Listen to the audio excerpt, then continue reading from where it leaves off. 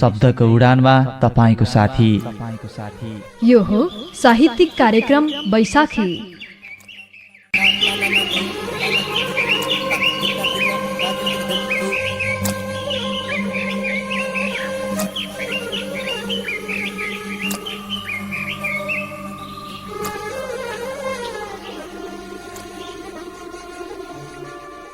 बरु म यत्तिकै प्रतीक्षा गरिरहनेछु वर्षौं वर्ष। बरु म यत्तिकै प्रतीक्षा गरिरहनेछु वर्षौं वर्ष। तर गर्ने छैन अन्दाजहरूको लौरो टेक्दै अँध्यारै अँध्यारोको कहाली लाग्दो यात्रा। अँध्यारोमा स्वजनहरू चिनिन्नन्, अँध्यारोमा स्वजनहरू चिनिन्नन्। अँध्यारोमा ढुङ्गा र हिरामा कुनै अन्तर देखिन्न नसकिन्छ। ऐना अघि उभिएर आफ्नै विकृत स्वरूप थाहा पाउन। अँध्यारोमा अभावहरू देखिन्नन्, हित अहितहरू छुट्टिन्नन्। सेतो र कालोको भिन्नता हुँदैन लाग्छ मेरो देशमा यो अँध्यारोको विकल्प अँध्यारो मात्रै भयो र चलिरह्यो अँध्यारोकै एक तन्त्रे शासन। लाटो कोसेराहरूले धमाधम निकाल्न थाले जुलुस चल्मलाइरहे। एउटा जङ्गलदेखि अर्को जङ्गल, एउटा रुखदेखि अर्को रुख। बरु म यत्तिकै प्रतीक्षा गरिरहनेछु वर्षौं वर्ष। तर गर्ने छैन अन्दाजहरूको लौरो टेक्दै अँध्यारै अँध्यारोको कहाली लाग्दो यात्रा।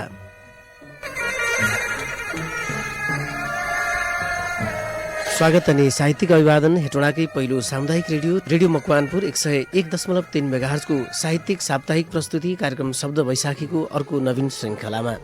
कार्यक्रम शब्द बैशाखीको आजको श्रृङ्खलामा पनि सदा जस्तै तपाईँमा आज उपस्थित छु म सुनिल गौतम, प्रविधिमा सहकर्मी इमान।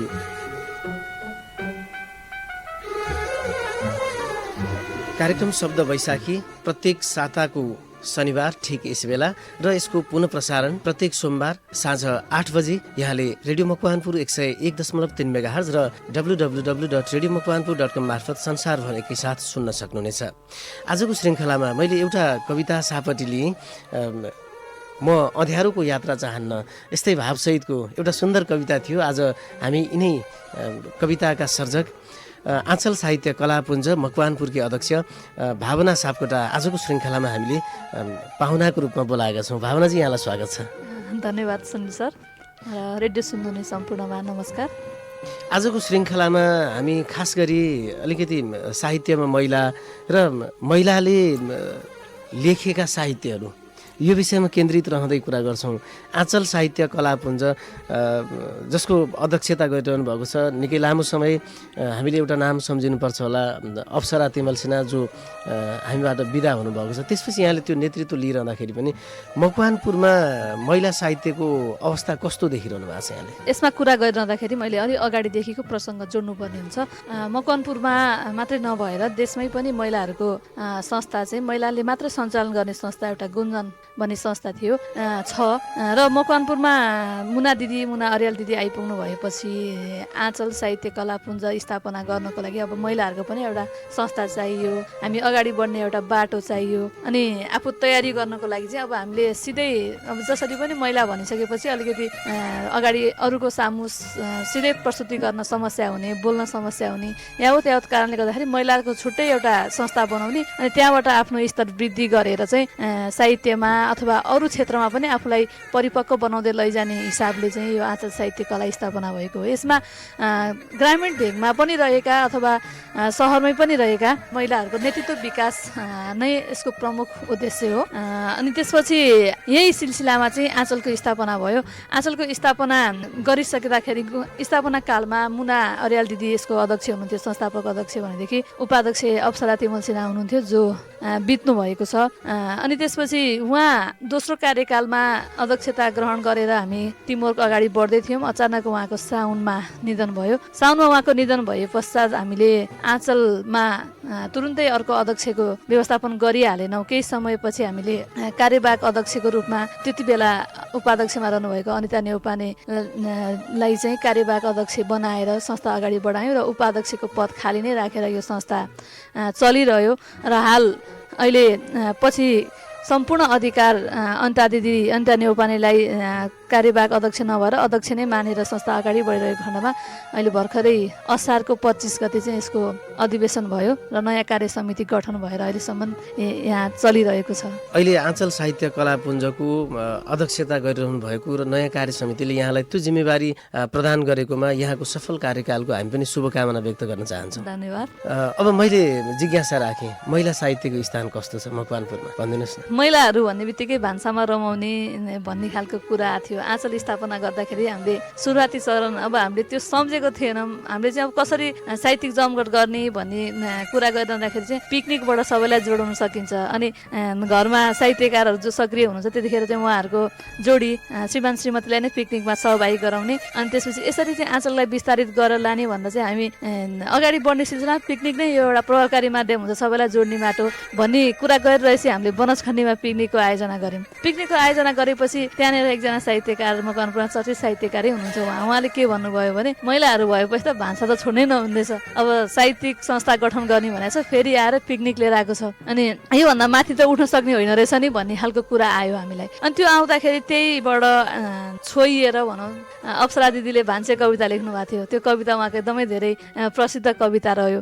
अनि महिला भन्ने बित्तिकै चाहिँ अलिकति हाम्रो समाजमा अझै पनि काहीँ काहीँ त्यो अवस्था छ, अलिकति हेयको दृष्टिले हेर्ने, अगाडि बढ्दाखेरि चाहिँ अब रिफरेन्स को छ यसको पछाडिबाट यसलाई ब्याक सपोर्ट गर्ने र यो अगाडि बढ्यो भन्ने खालको अवस्था आउने, यस्तो यस्तो कुरा छ। अनि त्यसपछि सोचे आफूलाई लागेको कुरा भनिरहँदाखेरि भन्न पनि प्रस्तुत गर्नलाई सहज नसक्ने अवस्था। अनि त्यसपछि नेतृत्व महिलामा चाहिँ कस्तो हुँदो रहेछ भने म केही गर्छु भनेदेखि मैले यो काम मैले गर्न सक्छु कि सक्दिनँ, आत्मविश्वासको कमी, यसलाई यसरी भन्दा हुन्छ आत्मविश्वासको कमी चाहिँ भइरहने। त्यो हुँदाखेरि अरू आफ्नो समकक्षी साथीहरूलाई चाहिँ हामीले माथि देखिरहने, आफू चाहिँ जहिले पनि तलै छौँ भने जस्तो सोचाइ चाहिँ मनमा आइरहने। अनि यो हुँदाखेरि चाहिँ अलिकति सहज प्रस्तुति आफैमा समस्या होला त्यो सायद, न समुदायले त्यस्तो बनाइदियो, अनि सहज रूपमा प्रस्तुति गर्ने क्षमता छैन। घरका विविध कामहरूलाई सम्हाल्दै ड्युटी सम्हाल्दै अनि एउटा साहित्यिक कार्यक्रममा उपस्थित भएर आफ्नो जागिरी छ भने जागिर पनि खानु पर्यो, घर चुलो भान्साको काम गर्नु पर्यो, अनि बाँकी बचेको समय अथवा आफू सुत्ने अथवा आफू रमाउने समयलाई व्यवस्थापन गरेर चाहिँ बल्ल साहित्यलाई साहित्य सृजनामा चाहिँ आफू लाग्नुपर्ने अवस्था हुन्छ। अनि त्यो हुँदाखेरि महिलालाई चुनौतीको कुरा छ। त्यो चुनौतीले गर्दा नै होला अघिल्ला चरणहरूमा अघिल्ला दिनहरूमा महिलाको उपस्थिति साहित्यमा त्यति धेरै हुँदैन थियो मकवानपुरमा नियमित हुने कार्यक्रमहरूमा। यद्यपि अहिलेको अवस्था हेर्ने हो भनेदेखि विभिन्न कार्यक्रमहरू गरिरहँदाखेरि, प्रतियोगितात्मक कार्यक्रम सञ्चालन गर्दाखेरि त्यहाँनिर उपस्थित हुने सर्जकको अवस्था हेर्दाखेरि चाहिँ महिला र पुरुष जुन विद्यार्थी लेभलका छन् उनीहरू चाहिँ समान रूपले आइरहेको छन्, अझ बरु महिलाकै सङ्ख्यामा बढुवा देखिरहेको छौँ हामीले। अनि त्यो हुँदाखेरि चाहिँ अहिले चाहिँ सन्तोषजनक अवस्था छ, यो कुरा यथावत रहिरह्यो। अब मैले यहाँलाई सोध्नै पर्ने हुन्छ, एक त साहित्य लेखेर बाँच्न अथवा साहित्यलाई एउटा पेसा बनाउन सक्ने अवस्था छ कि छैन, र त्यसमा पनि फेरि महिलालाई त साहित्यमा अथवा अन्य हाम्रो सामाजिक संयन्त्रहरूमा पनि पछि पारिएको भनेर यहाँहरूले नै भनिराख्नु भएको छ, सञ्चार माध्यमहरूले फुकेका छन् होइन। त्यसो हुँदाखेरि साहित्य लेखेर बाँच्ने र त्यसमा पनि महिला साहित्यकारहरूको अवस्थाको बारेमा चाहिँ अलिकति चिन्तन गरिदिनुहोस् न। महिलालाई पछि पारिएको भनेर भन्नुभएको छ भनेर भन्नुभयो। सरसर्ती हेर्दाखेरि आध्यात्मिकतिर हेर्दाखेरि पुराणहरू सुन्ने क्रममा महिलाले चाहिँ यस्तो काम गर्यो भनेदेखि अब जस्तै श्रीमानसँग मुखमुखे लाग्यो भने, नमान्यो भने, उहाँहरूको कुरा नमान्यो भने, सम्मान गरेन भनेदेखि त्यो चाहिँ पाप हुन्छ भनेर पुराणहरू आइरहेको हुन्छ। अनि त्यसपछि लोग्ने मान्छेले चाहिँ यो गर्दाखेरि चाहिँ पाप हुने भन्ने कुरा चाहिँ आइपुगेको हुँदैन। अनि विभेद त हाम्रो धर्मशास्त्रदेखि नै छ नि त नारी र पुरुषमा। अनि त्यो हिसाबले गर्दाखेरि अब हामीले भन्नुपर्ने अवस्था होइन कि त्यो बुझिरहँदाखेरि चाहिँ हामी महिला पछि परायो त्यो भन्नु भन्दाखेरि पनि भएको प्रावधान त त्यही रहेछ नि त, पितृसत्ताले एउटा उब्जाएको एउटा बाटो त यो रहेछ नि त महिलालाई। हाम्रो प्राचीन साहित्य, प्राचीन दर्शन, प्राचीन चिन्तन नै धर्ममा आधारित थियो र धर्मदेखि नै त्यसरी गाइडेड स्कुलिङ गर्दै गर्दै महिलाहरूलाई चाहिँ उपेक्षित बनाउँदै ल्याइयो, यहाँको तर्क। हजुर हजुर हो। के गर्न सकिएला? यहाँ त साहित्यिक क्षेत्रमा हुनुहुन्छ, एउटा महिलाले नेतृत्व गरेको साहित्यिक संस्थाको अध्यक्ष पनि भइरहँदाखेरि अबको समाजलाई, अबको साहित्यले त्यसमा पनि महिलाको स्थान सहितको के गर्न सकिएला अलिकति भनिदिनुहोस् न। नेतृत्व तहमा महिलाहरू पुगिरहेको अवस्था छ अहिलेको अवस्थामा हेर्ने हो भनेदेखि। कतिपय ठाउँमा नेतृत्व तहमै निर्णायक तहमा महिला पुगिरहनु भएको छ। अझै पनि कति ठाउँ अवस्थामा कस्तो छ भने सङ्ख्याको पुर्याउनको लागि नै महिलालाई सहभागी गराउने प्रावधान रहेको छ अझै पनि। जस्तै 33% सहभागी गराउनको लागि गराइने, विभिन्न समितिहरू गठन हुन्छ। त्यसमा चाहिँ महिलालाई कोरम पुर्याउने आधारमा, जस्तै साहित्यिक सङ्गठन राजनीतिक सङ्गठनहरूमा अध्यक्ष जेन्ट्स मान्छे भइरहँदाखेरि उपाध्यक्षमा महिला ल्याउने चलन छ। किन ल्याउनु पर्छ भने यो प्रावधान रहेको छ होइन। अब गाउँपालिकातिर हेर्न सकिन्छ, नगरपालिकातिर हेर्न सकिन्छ। अनि त्यहाँनिर ल्याउँदाखेरि चाहिँ महिलालाई नेतृत्वदायी भूमिकामा ल्याउनलाई मान्छेले चाहँदैनन् के, क्षमता नभएर होइन, क्षमता छ, अब बनाउनु पर्छ, मान्छेले बनाइरहेको छन्। यद्यपि अब पहिलाकै जमाना त छैन नि त, चिन्तन गर्ने प्रविधिको विकास, क्षमताको विकास भइरहेको छ, लगनशील भएर काममा खट्ने प्रविधिको विकास भएको छ। अनि अहिले चाहिँ कस्तो आरोप छ भने हामीले राष्ट्रपति पनि मैले पाएको छौँ होइन, अब न्यायाधीश महिला हुनुभयो, अनि सबै ठाउँमा महिलाको यति पहुँचकारी भूमिका हुँदा हुँदैन किन महिला पछि भन्ने कुरा अझै पनि पुरुष वर्गले चाहिँ प्रश्न गर्ने कुरा हुन्छ। अहिले कतिपय महिला वर्गहरू नै हामीलाई यो आरक्षण होइन, हामी क्षमता लडाएर खान चाहन्छौँ अथवा हामी क्षमता देखाउन चाहन्छौँ, तर कम्तीमा क्षमता प्रदर्शन प्रस्तुत गर्नको लागि चाहिँ त्यो अवसर दिनुहोस्, हामीलाई क्षमता देखाउने ठाउँमा चाहिँ छेकबार नलाउनुहोस् भन्दै हिँडिरहनु भएको छ। यो 33% पनि बरु हामीलाई चाहिएन भनिरहनु भएको छ। यो भनेको चाहिँ महिलाहरू अहिले सशक्तिकरण भएर अलि माथि उठेको अवस्था हो, जागरुक भएको अवस्था हो। यति आवाज आउनु भनेको चाहिँ महिला सशक्तिकरण भएको छ र केही हदसम्म पहिलाको जुन अवस्था थियो त्यो अवस्थाबाट चाहिँ हाम्रो समाज चाहिँ विकसित भएको छ भन्न सकिन्छ।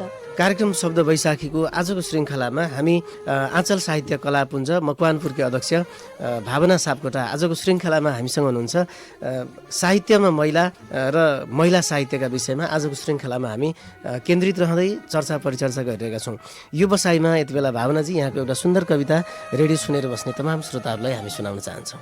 धन्यवाद। मैले पढ्ने कविताको शीर्षक बुख्याचा।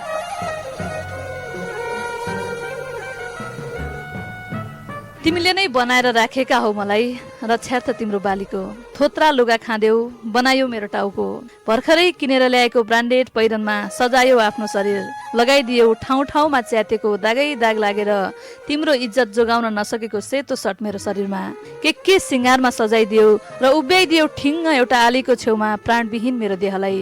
प्राण भएको तिमी हिँडिरहन्छौ दिनदिनभर बेफिक्री, चर्को घाममा जोगाउँछौ छातामा आफूलाई, दर्के पानीमा ओतिन्छौ बर्सादी लाएर, जाडोमा न्यानो दिन्छौ आफ्नो शरीरभर बखु भिरेर, भोक लागेमा भरपेट खान्छौ बेफिक्री, थाकेमा बिसाइदिन्छौ शीतल चौतारीमाथि शरीर, उभिदा गोडा गलेमा बसिदिन्छौ थ्याच्च र सुस्ताउँछौ लामो सुस्केरा। तिम्रो बालीको सुरक्षा कवचमा जोगाइदिन्छु अन्न पन्छीहरूबाट, दिनरात मान्छे हुनुको भ्रम पारेर झुक्क्याइराख्छु अबोध पन्छीहरूलाई।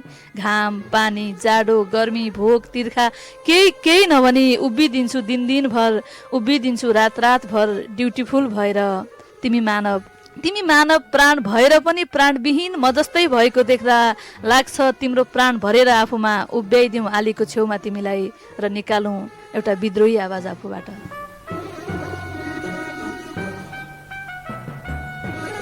निकै बलशाली कविता, निकै शक्तिशाली कविता, बुख्याचा कविता यति बेला हामीले भावना सापकोटाको आफ्नै आवाजमा हामीले प्रस्तुत गऱ्यौँ। तिमी मानव प्राण भएर पनि प्राणविहीन म जस्तै भएको देख्दा लाग्छ तिम्रो प्राण भरेर आफूमा उभ्याइदिउँ आलीको छेउमा तिमीलाई र निकालौँ एउटा विद्रोही आवाज आफूबाट। निकै सुन्दर बलशाली कविता।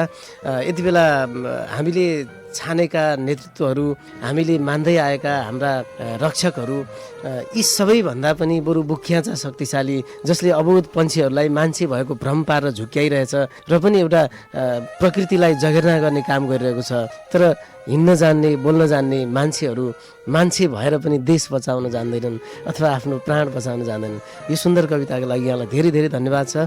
धन्यवाद सर। भावनाजी, अब अहिले मकवानपुर जिल्लाको सेरोफेरोमा हेर्दाखेरि चाहिँ अलि नवसर्जक साहित्यकारहरू चाहिँ अलि धेरै मात्रामा आइराखेका छन्, जसले गर्दा त्यो जुन क्वालिटी हुन्छ नि एउटा त्यसको गुणस्तरीयता आउनुपर्ने। यहाँको एउटा कविताले सिङ्गो देश बोल्यो अहिले होइन, हामीले सुनिसक्यौँ। सङ्ख्यामा धेरै आउनु परेन, तर त्यो गुणात्मकता लिएर आउने साहित्यहरू चाहिँ अलिक कम भयो भन्ने गुनासाहरू पनि छन्। के लाग्छ यहाँलाई? नवसर्जक साहित्यमा रुचि राखेर आउनु आफैमा एउटा बलियो पक्ष, सुखद कुरा हो। मकवानपुरको साहित्यिक भविष्यको लागि चाहिँ राम्रो पक्ष हो। अनि अब त्यसरी आइरहँदाखेरि भर्खर नवप्रवेशीहरू नै हो नवसर्जक भनेको होइन। अनि अब हामीले सुरुवाती चरणमा लेखेको कविता र अहिले लेखेको कवितामा आफैले हामीले फरक पाए जस्तै अरूले पनि पक्कै पाउनुहुनेछ। अनि त्यसो भन्दैमा अब सङ्ख्यात्मक रूपले त आउँछ। अनि अहिले चाहिँ कस्तो होडबाजी दैदियो भनेदेखि कविता केही लेखिसकेपछि चाहिँ सङ्ग्रहतिर लम्किनुपर्ने खालको अवस्था चाहिँ मान्छेमा आइहाल्छ, रुचि लागिहाल्छ। अनि त्यो हुँदाखेरि पठनीय खालको सामग्री अथवा किताबहरू कृतिहरू चाहिँ कति आउँछन्, आफ्नो कविताबाट चाहिँ समाजले के पाउँछ भन्ने कुरा चाहिँ सोचनीय छ। त्यो कुरा चाहिँ सर्जकले पनि राख्नुपर्ने अवस्था छ। तर नवसर्जक आउँदैमा उहाँहरूले चाहिँ सङ्ख्यात्मक तरिकाले कविता बढ्ने अनि त्यस पछाडि क्वालिटीमा कमी हुने भन्ने चाहिँ हुँदैन, किनभने तिखारिने मौका त फेरि लेखेरै हुने हो नि त। यहाँले अत्यन्तै सुन्दर पक्षलाई पनि उठान गर्नुभएको छ। म यहीँनिर आउन चाहन्थेँ। यहाँले आफैले भनिदिनु भयो जस्तो अहिले एउटा बाढी आएको छ नि, खहरे जस्तो एउटा बर्सातमा भएर बाढी आउँछ अनि फेरि बर्सात रोकियो, त्यो पनि रोकिन्छ। त्यस्तै निखारिनु पर्ने पक्ष एउटा होला अथवा एउटा अघिल्लो पुस्ताले नव पुस्तालाई चाहिँ डोर्याइदिनु पर्ने, हात समाइदिनु पर्ने, त्यो आफ्नो ठाउँमा सुन्दर पक्ष छ। नभए नहिँडे कहाँ गन्तव्य पुगिन्छ होइन, हिँड्नु नै पर्छ गन्तव्यका लागि र हिँड्दा हिँड्दै हिँडाइको सिप पनि विकास होला, त्यो आफैमा सुखद पक्ष हो। तर पुस्तक ननिकालेमा अथवा सार्वजनिक सभा समारोहमा नगइदिएमा होइन, अथवा ती फोरमहरूमा कसैसँग जमघटमा नमिसिदिएमा ती सिर्जना नमान्ने जतिसुकै वजनदार गुणात्मक भए पनि र ती फोरमहरूमा पुग्दिन, साहित्यकारको रूपमा नगरिने चलन होइन। अब ती फोरमहरूमा पुगे चाहिँ गुणात्मकतातिर छोड्नुहोस्, तपाईँ सहभागितातिर जानुहोस् भन्ने खालको एउटा आशय जुन छ नि, त्यो चाहिँ अलिकति बढेको हो अहिले। पछिल्लो चरणमा हामीले बढेको मान्नुपर्छ। यद्यपि आरोप प्रत्यारोप त आउँछ। अब म चाहिँ फलानु संस्था, अब आँचलको अध्यक्ष भइरहँदाखेरि म अध्यक्ष भनेर मलाई चिनाउनु पर्दाखेरि चाहिँ मैले चिनाएँ भनेदेखि मसँग कुरा गर्ने मान्छेले के भनिदिनुहुन्छ, तपाईँको कृति निस्केको कि छैन, कुन कृति लेख्नु भएको छ भनेर सोध्नुहुन्छ। त्यो सोद्धाखेरि मलाई कता कता नराम्रो लाग्छ, किनकि अध्यक्ष बनिरहँदाखेरि त कृति निकाल्नु पर्ने रहेछ। अब त्यसको लागि त म योग्य भइन भने जस्तो मलाई लाग्छ। भएर कृति निकाल्नु पर्ने हो अथवा त्यो कृतिले समाजलाई केही दिन योग्य भएपछि निकाल्नु। मेरो पर्सनल विचार चाहिँ कृति मैले किताब लेखेँ भनेदेखि त्यो किताबले चाहिँ समाजको कुन पक्षलाई चाहिँ सहयोग गर्न सक्छ वा समाजलाई त्योबाट समाजलाई के प्राप्त हुन्छ, कसरी दिशानिर्देश गर्न सक्छु। त्यो नभइकन मैले निकालेर त्यो वेस्टेज गर्नको लागि किन निकाल्नु भन्ने मलाई लाग्छ। एकातिर त्यसका लागि आर्थिक पनि खर्च भयो, अर्कोतिर समय बर्बाद भयो, अर्कोतिर समाजले पनि केही पाएन, खाली हात बस्नु पर्यो। मैले निकालेको छु भनेर हात उठाउनको लागि म गणनामा पर्नको लागि मैले निकाल्नु र मैले निकाल्नु पर्छ अब यति भएपछि मेरो किताबबाट समाजले केही पाउँछ भन्ने भएपछि निकाल्दा चाहिँ त्यसले अलिक प्रभाव राख्छ कि मलाई जस्तो लाग्छ। पक्कै पनि यहाँका सुन्दर विचारहरू सँगसँगै आजको श्रृङ्खलामा हामी छौँ आँचल साहित्य कलापुञ्ज मकवानपुरकी अध्यक्ष भावना सापकोटासँग। हामी यो बसाइमा फेरि पनि यहाँको अर्को एउटा सुन्दर रचना सुन्नेछौँ र रेडियो मकवानपुर 101.3 मेगाहर्ज अनि www.radiomakwanpur.com मार्फत संसारभर हामीलाई एकैसाथ सुनिरहनुभएका तमाम श्रोताहरूलाई यो अबको कविता यहाँकै आवाजमा। आँचल महिलाहरूको संस्था हो, तर मैले यहाँ एउटा कविता चाहिँ पुरुषको लागि लेखेको कविता छ, मैले यो सुनाउनुपर्छ यहाँनिर। मैले लेखेको कविताको शीर्षक छ घर चिन्न नपाउने म। घर चिन्न नपाउने म।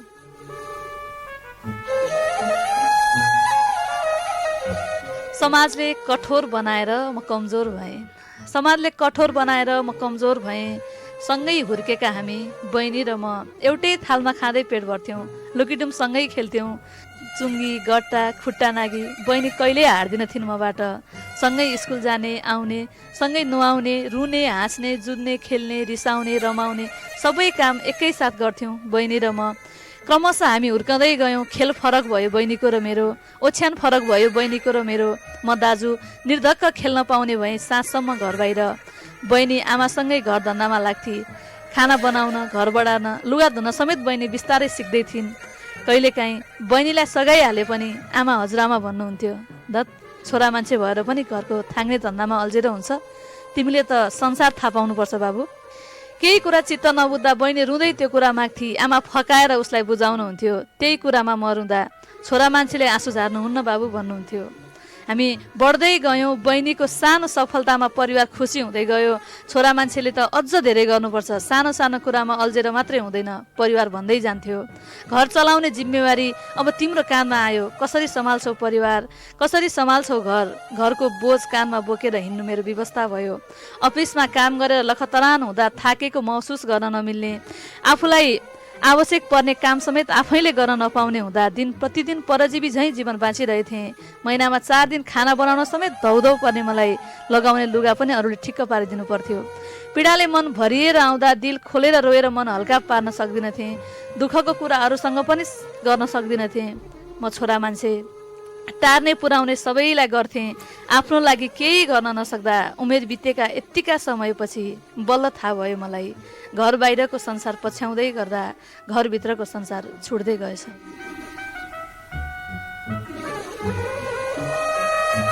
निकै सुन्दर कविता। अर्को एउटा बलशाली कविता हामीले यति बेला प्रस्तुत गरेका छौँ भावना सापकोटाको आवाजमा। आजको श्रृङ्खलामा हामी उहाँसँग बसेर कुराकानी गर्दैछौँ। कविताको शीर्षक घर चिन्न नपाउने म। निकै सुन्दर कविता।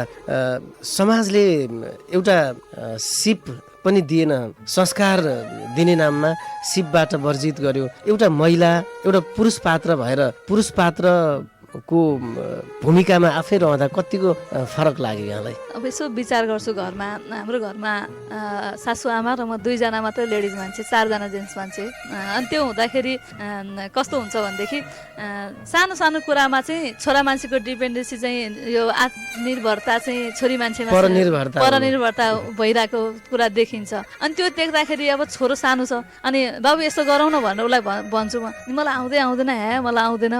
उसँगै हुर्केको उसको बहिनी छ, अर्को ठुलो मम्मीको छोरी। अब उसले चाहिँ हाम्रो घरमा गयो भनेदेखि के गर्ने कसो गर्ने भनेर म सँगसँगै लुटुपुटु गर्ने। अब यसो गर्न नानी भने उसले गर्ने गर्छ। अनि मेरै छोरालाई त्यही काम गर्नु पर्ने, कसरी गर्ने कि मलाई सिकाउनै भएन, मलाई आउँदैन भनेर उसले प्रस्तुत भइरहने। अनि समाजले नै एउटा वञ्चित गर्यो त्यो वर्गलाई। हो, कस्तो हुन्छ भनेदेखि म सानो हुँदाखेरि पनि हाम्रो घरमा स्वतन्त्रता थियो। म चौरमा बल खेल्न पनि जान्थेँ, घरको काम सकाएर आफूले गर्नुपर्ने काम सकाएर। तैँले यो गर्नु हुँदैन भन्ने कुरा हाम्रो घरमा हुँदैन थियो। मेरो भाइ त्यही घरमा हुर्केको, जति काम हामीले गर्थ्यौँ त्यति काम उसले जान्दैन गर्नलाई, अहिले पनि जान्दैन के। अनि त्यो भनेपछि त सम्हाल्दै नै हो नि त वर्जित गरेको। अब मेरै घरमा सरले भाँडा माज्न थाल्नु भयो भने मम्मी गएर म माछु भनेर भन्नुहुन्छ होइन। अनि त्यो भनेर के हो भने छोरा मान्छेलाई काम। अर्को एउटा पनि समस्या होला, बुहारी घरमा हुँदै छोराले गएर भाँडा माझ्दियो भने त्योभन्दा अघिल्लो अग्रज पुस्ताले हेर यो त अलिकति बुढीतिर लाग्यो अथवा केही भनिदिने पनि होला। मेरो घरमा त्यो समस्या हुँदैन।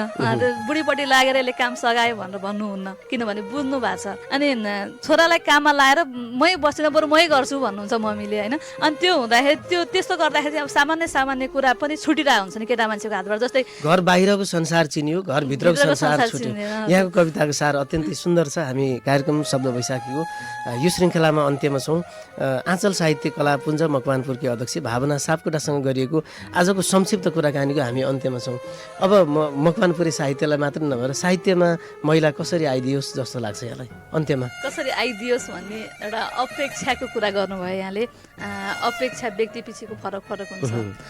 मलाई लाग्ने कुरा चाहिँ कस्तो हुन्छ भनेदेखि एउटा महिला भएर उभिरहँदाखेरि ऊ सँगसँगै उसको परिवार उभिएको हुन्छ। हामीले ऊ सँगसँगै आफ्नो जागिरे जीवन अल्झेको हुन्छ, सामाजिक भूमिका उभिएको हुन्छ। त्यो सबै कुरालाई यथावत राख्दै अगाडि बढ्नुपर्छ। मेरो व्यक्तिगत विचार चाहिँ त्यो। सबैको विचार यो, मेरो विचारलाई अरूले समर्थन गर्नुपर्छ भन्ने मलाई लाग्दैन। तर केही पनि सबै कुरालाई यथावत रहेर आफ्नो जिम्मेवारी पुरा गर्दै साहित्यमा आएर आफ्नो चाहिँ सशक्त कुरा त्यहाँ प्रस्तुत गर्न सकोस्, आफ्नो लागेको कुरा, ताकि छुटेका समाजहरू पनि ती साहित्यले जोडिँदै जाउन् होइन। अब त्यो कम्पो पढेँ मैले अघि नै कुरा जोड्दै थिएँ। कम्पो पढ्दाखेरि अब कति किताबहरू पढेर सिधिसक्दाखेरि त्यसको थाहा हुँदैन के सार कुरा। अनि त्यहाँनिर चाहिँ कस्तो भइदियो भने एउटा एमलोकको प्रसङ्ग लिएर आएर त्यसमा चाहिँ त्यहाँनिर पनि विभेदको कुराहरू छ, महिलाको विभेद। त्यस्तो खालको कृति आउँदै गर्दाखेरि त हाम्रो धर्मशास्त्रले पनि त केही हेर्ने अब पुनर्विचार गर्नुपर्छ भन्ने जस्तो त लाग्छ होला नि त मान्छेलाई। त्यो सशक्तिकरणको भूमिका चाहिँ साहित्य मार्फत ल्याउनु पर्यो। हामी गुनासोमा मात्रै अल्झेर भएन, अर्कोले यस्तो गरिदियो समस्या मात्रै देखाएर भएन। आफ्नो के भन्छ एउटा समाजले पछि पारेको वर्ग भनेर मात्रै भएन, समाधान सहित आउनु पर्यो। प्लस त्यो हामी पछि पार्यौँ भनेर अग्रस्थानमा आउन हामीलाई दिएन भनेर अरूलाई आरोप लाउनु भन्दा जान पनि खोज्नु जान खोज्नु पर्यो प्लस त्यो क्षमता वृद्धिको लागि चाहिँ आफू तत्पर हुनु पर्यो तत्परता सहित आउनु पर्यो आउनको लागि। हस् यो सुन्दर बसाइको लागि यहाँलाई धेरै धेरै धन्यवाद। कार्यक्रममा आइदिनु हो यहाँलाई पुनः धन्यवाद दिँदै यहाँको सफल कार्यकालको शुभकामना पनि व्यक्त गर्न चाहन्छु। धन्यवाद। यतिन्जेल रेडियो सुनेर बसिरहनुभएका सम्पूर्ण श्रोताहरूलाई हार्दिक धन्यवाद भन्छु र रेडियो मकवानपुरको कार्यक्रम शब्द वैशाखी र यसका सञ्चालक कार्यक्रम प्रस्तुता सुनिल गौतम सर र रेडियो मकवानपुर 101.3 मेगाहर्जलाई पनि म हार्दिक धन्यवाद भन्छु।